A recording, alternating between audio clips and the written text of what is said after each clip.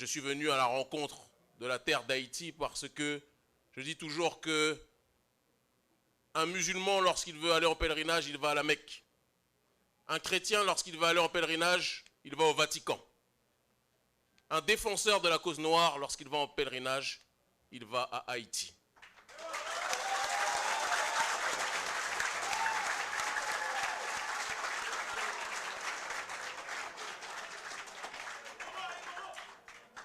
Haïti est diabolisé parce que Haïti est le symbole pour le peuple noir de la liberté.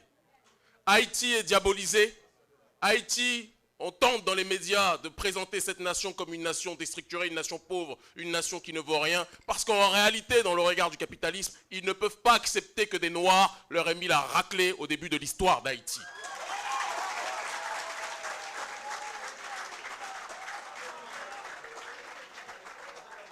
Beaucoup de personnes pensent qu'il est mieux pour un Haïtien d'aller chercher bonheur à Miami, qu'il est mieux pour un Haïtien d'aller chercher bonheur en France ou aux États-Unis. Mais je le dis que le paradis de l'homme noir se trouve sur la terre de Dessalines, de Boukman, d'Henri Christophe, de Félicité. J'ai fait ces 6 dernières années, plus de 80 pays. Je n'ai jamais ressenti en termes d'émotion ce que je ressens en étant sur cette terre sainte qu'est la terre d'Haïti.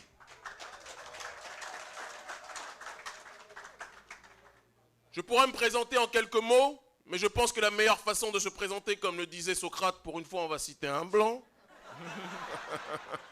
déjà dans l'attaque, hein? C'est d'être déjà dans cette dynamique d'échanger avec le peuple parce que c'est la juxtaposition des idées, à partir de cette juxtaposition que jaillit la lumière.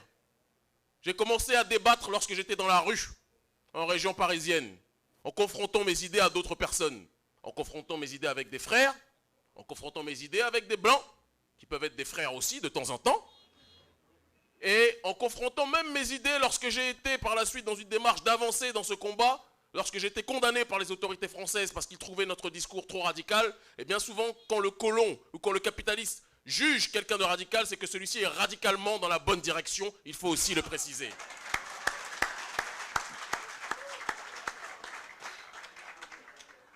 J'ai 34 ans, j'en aurai 35 si les ancêtres ne me rappellent pas d'ici le mois de décembre.